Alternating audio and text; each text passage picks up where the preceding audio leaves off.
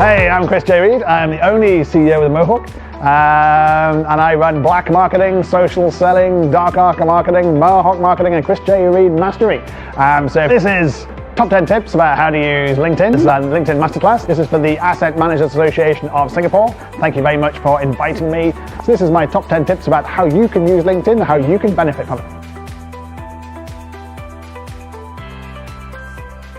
So the top 10 tips really start with your personal brand, that visual impression that you get when you Google someone or you go to someone's LinkedIn page. Very powerful. People still look at visuals more effectively than they do words. So when I show you this, it's a personal brand. You know what the values he has: chaos, disruption, technology, is gangster.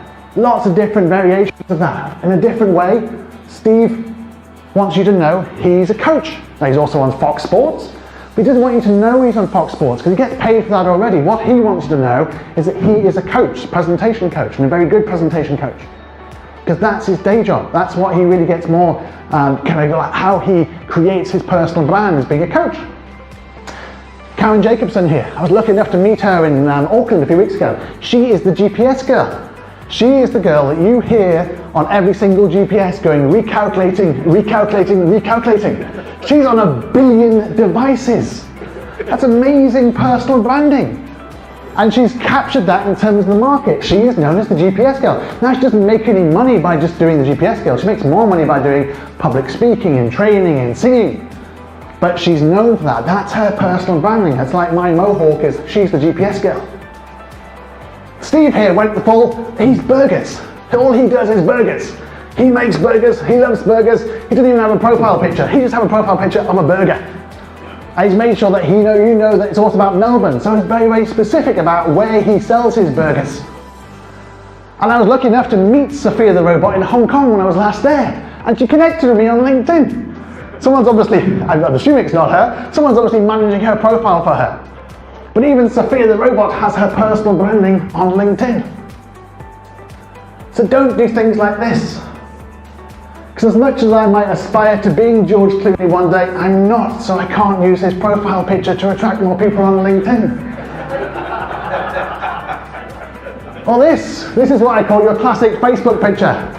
And now we're in Clarke Quay, so it's a perfect environment for going out there in a KTV bar, dressing as a panda, and getting someone to ask you to photograph you for your LinkedIn profile when you're drunk and singing "I Will Survive" in a KTV bar at 3 o'clock in the morning. Don't do that on LinkedIn. Which one's Melita? Eeny, meeny, miny, mo. Why would you use a picture which has 3 people in it? It's not one person. How can I communicate with one person?